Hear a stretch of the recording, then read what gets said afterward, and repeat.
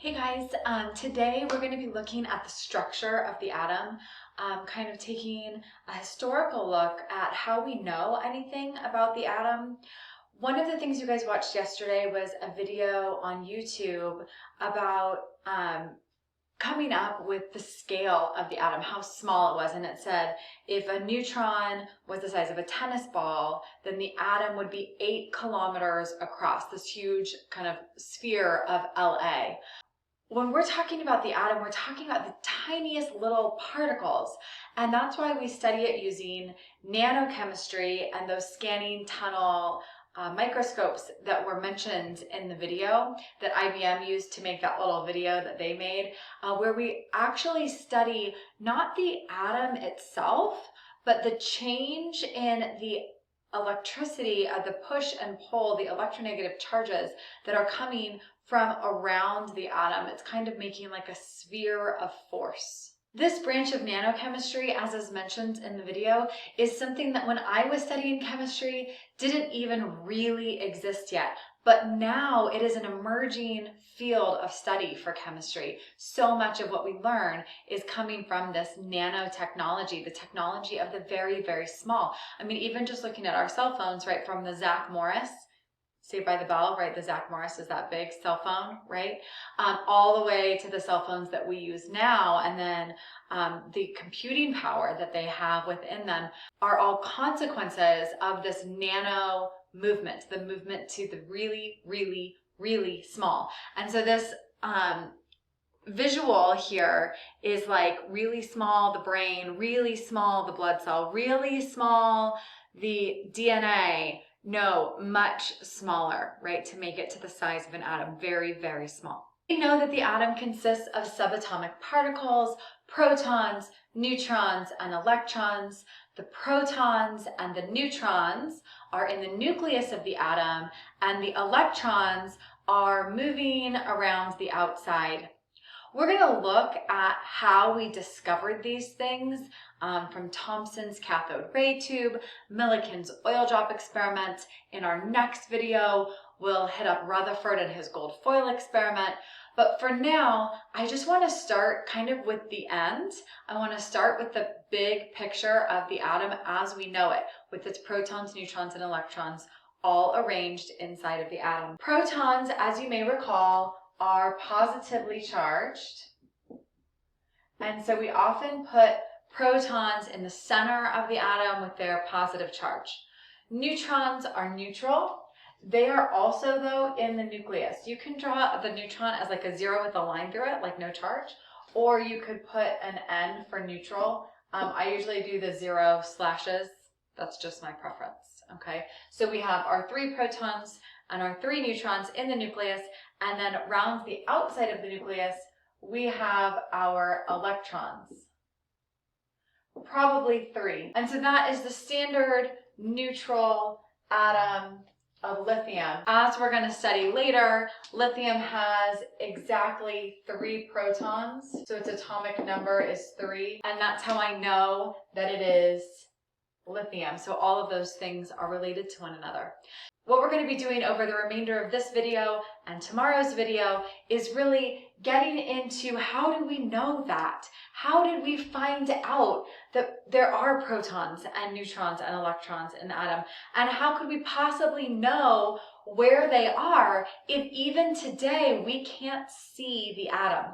So we're going to be looking at the experiments that led us to be able to deduce, to come up with this kind of a model for the atom. So we're going to start this whole thing out with the discovery of the electron, which is really owed to Thomson and his experiments using the cathode ray tube. So the cathode ray tube was kind of like a cool little party trick that scientists had come up with in the late 1800s. So remember, late 1800s, we're talking about like the 1880s, 1890s. In these late 1800s, is they were able to pass electricity through an inert gas, through a gas at low pressure.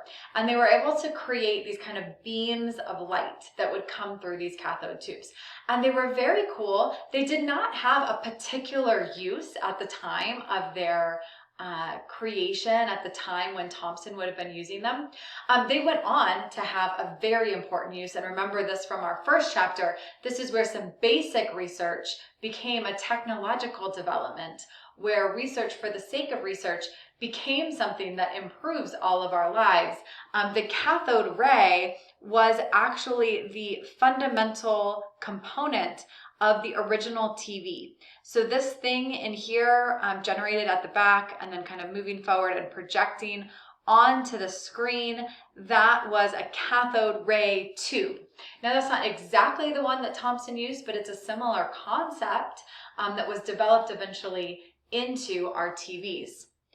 The cathode tube that Thomson used looked different. So the cathode tube that Thomson used had a gas at low pressure in a glass cylinder. So picture like a light bulb. So this outer purple outline that I'm making, this is the outer tube. And we would have a cathode and an anode, okay, cathode and an anode side. And then whenever you see something that looks like this in physics, it means electricity. So this means that we have electricity moving through the cathode tube. And then inside the cathode tube, we need to add a pressure valve so that we know that our gas is at low pressure. And then we have a gas in here, something like neon or helium. We could have potassium, different gases, different elements in their gaseous state from the periodic table. Different elements from the periodic table would be contained within this tube. Just one, so you'd pick one of them. So either neon or helium or potassium. I guess for the sake of that, I'm going to move helium and potassium outside, and we'll say that we just have some neon gas in here. And so now we push our beam of light through this tube by turning on the electricity. And when we turn on the electricity, wavelength of light, a beam of light comes across the tube from the cathode to the anode. It moves across the tube. Okay, so this is what a cathode ray tube is, and they're pretty cool. And as I mentioned before, you can change what this side looks like, kind of amplify it, turn it into a TV. Thomson did some different experiments. So these particles were known as cathode particles. And so one of the things that Thomson did is he wanted to know more about these cathode ray particles. Are they positive? Are they negative? Do they have mass? What are they? And so what he did is he took a magnet and he brought it up near the tube. And now if this was a positive magnet, what you would see is that this beam of light, instead of going straight across, would come towards the magnet because opposite charges come together. And so what he found is that this indicated that maybe the particle was negative. So the particle came to the positive, maybe that particle is negative. Then he did another experiment. This time he put a different magnet up here that had a negative charge. And what he saw was that the beam was repelled from the negative, and we know that like charges repel each other and opposite charges attract. So he thought, well, the particle goes away from the negative, so maybe that particle is negative. And so he has two pieces of information that indicate the beam, the particles in the beam of light, they must be negative. These particles that Thomson describes later become known as the electron. So these cathode particles are in fact the electrons. And so Thomson has determined the charge of an electron to be negative. He also did one more experiment. So Thomson, in yet another experiment, put what you can think of as a very tiny pinwheel in the tube. A pinwheel is what you might have in your garden that turns in the wind, or you can think of it like a water wheel, like maybe you would see somewhere where you had water take a turn, something like on your way to ride Big Thunder Mountain, or at Tom Sawyer's Island at Disneyland. There's a couple of water wheels at Disneyland. But you can picture something like that where it's being moved by the impact of water or air, things with mass. So what Thomson sees is he's wondering, is this light, is it have mass, this particle, or does it not have mass? And it's a thoughtful question. We know that electrons have mass, but at the time they were really trying to figure out this quite strange particle. Thomson shoots the beam at the pinwheel, and the pinwheel turns as the beam goes through. This tells him that that beam has a mass. So Thomson is able to deduce from his experiments with the cathode tube that this cathode ray particle, which we now know to be the electron, that this cathode ray particle had a mass and was negative. He can determine both of those things based on these experiments that he's done. Thomson's experiments, while interesting and thought-provoking, are a little bit anecdotal for our scientific community. There's not enough quantitative data included in what Thomson found. But in 1909, just a few decades later, Robert Millikan confirmed with something called the oil drop experiment that you only need to know by name. He confirmed that electrons were present in all atoms, not just the ones that Thomson had put in the cathode tube. And he also concluded that atoms were divisible, that there were multiple parts to the atom, so that it wasn't like the atom was negative and moving from one place to another, but a portion of the atom, a subdivision of the atom, was negative, which we now know is the electron. So the conclusions from Millikan's oil drop experiment included some inferences. Okay, so we're going to have to think about these. Okay, now the atom is neutral. We know the atom is neutral. We also know that part of the atom is negative. If this is true, then therefore part of the atom must be positive, right? Because how else are we going to balance the negative? This part that must be positive, we really don't know anything about yet at this time.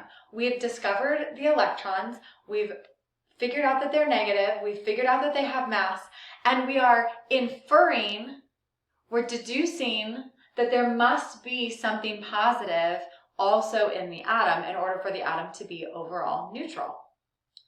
The other thing they found, same thing, is that the atom has mass. The atom has a mass, but only a small part of that mass is from the electron. So therefore, a large part of that mass must be from whatever's positive. So now we can set out looking. We are looking for a large, positively charged subatomic particle. And of course, we now know that that large positive part of the atom is called the proton. So coming from all of this new information, we are going to change our model of the atom from Democritus's model of the atom, which, as you may recall from the last video, means indivisible, his solid sphere atom. And we're going to change that model of the atom to what will be, in 1909, 1910, the current model of the atom. Now, this model of the atom is no longer true, but at the time of Thomson and of Millikan, right at the turn of the century, we see this model of the atom, which we call the plum pudding model, and we're going to go through what in the world plum pudding means. So by the end of Thomson and Millikan's experiments, we have moved from Democritus's view of the atom as being indivisible, of being literally indivisible as its name means, and we're now moving to a new model that we call the plum pudding model. So I put a picture of plum pudding on your slide here. So this is plum pudding, and it's kind of like a fruitcake. Plum pudding is a typical English dessert. As you recall, Thomson was an Englishman. It said so in the slides. And so he would have chosen something that was very natural to him as an example of the model. So he chooses plum pudding, which is this over here. But in my teaching, I find it useful to change this model, the name of this model, just for us, just for our reference, into something that we know and love just a little bit more, okay, the chocolate chip cookie model. And so Thompson comes up with this plum pudding, or as I call it, chocolate chip cookie model, that tells us that atoms are neutral because they have this like dough of positivity, a big, large, positive dough of positivity.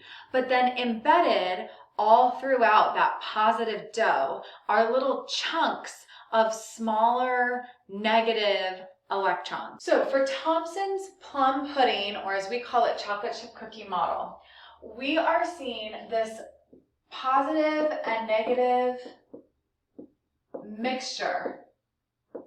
I draw it like this because I find it easier to try to explain it this way, but you can imagine like little chocolate chips embedded in that cookie. That leaves the whole atom neutral. At any specific point in the atom, if you were to go into the atom, you would find a neutral zone, okay? Just like every bite of your chocolate chip cookie should include some chocolate chips and some dough. They're both in every bite. That is what Thompson's model of the atom looks like. Now, we drew the atom before we started, right? Back at the beginning. If you look up in your notes, you should see the drawing of a lithium atom. And we know that this is not our final destination for what our model is going to look like. However, at the end of the cathode ray experiments, we come out with the plum pudding model. And so moving forward, as we continue through our study, we're going to see other models emerge as we go.